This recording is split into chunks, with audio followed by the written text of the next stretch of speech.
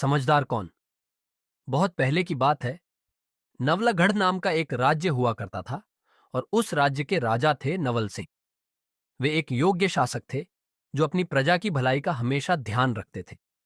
राजा के न्याय और नीतियों के कारण उनकी प्रजा भी उन्हें बहुत प्रेम करती थी। राजा नवल सिंह अपनी प्रजा के बीच दिखते हैं, लोग जय जयकार कर रहे हैं। लेकिन राजा नवल सिंह जानते थे कि उनके राज्य की सफलता का असली कारण था उनके बुद्धिमान प्रधानमंत्री।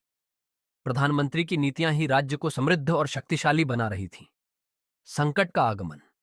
समय बीतता गया और एक दिन राजा के प्रधानमंत्री का निधन हो गया। उनके जाने से राजा को ऐसा लगा जैसे उनका दायां हाथ कट गया हो। अब राज्य को सुचारू रूप से चलाने के लिए नए प्रधानमंत्री की आवश्यकता थी। राजा उदास चेहरा लिए अपने महल में बैठे सोच रहे हैं। मंत्रिपरिषद के अधिकतर सदस्य यही मान रहे थे कि प्रधानमंत्री का पुत्र सोमदेव ही इस पद के लिए उचित होगा। वह भी अपने पिता की तरह ही राज्य के कार्यों की देखभाल कर रहा था। लेकिन राजा की नजर एक और युवक पर थी, दिग्गज, जो उनकी अंगरक्षक सेना का प्रधान था।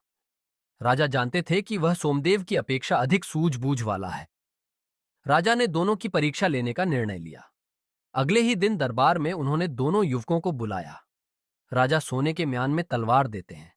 राजा, दिग्गज, तुम पूर्व सीमावर्ती राज्य जाओ और वहां के राजा को यह भेंट दो। और सोमदेव, तुम दक्षिण सीमावर्ती राज्य के राजा को यह भेंट सौंपो। दरबार में सभी लोग आश्चर्य से राजा को देखते हैं। कुछ लोग कानाफूसी करते हैं। लोग समझ नहीं पा रहे थे कि राजा ये भेंट क्यों और किस उद्देश्य से भेज रहे हैं। पर दोनों युवक बिना कोई प्रश्न किए अपनी अपनी यात्रा पर निकल पड़े।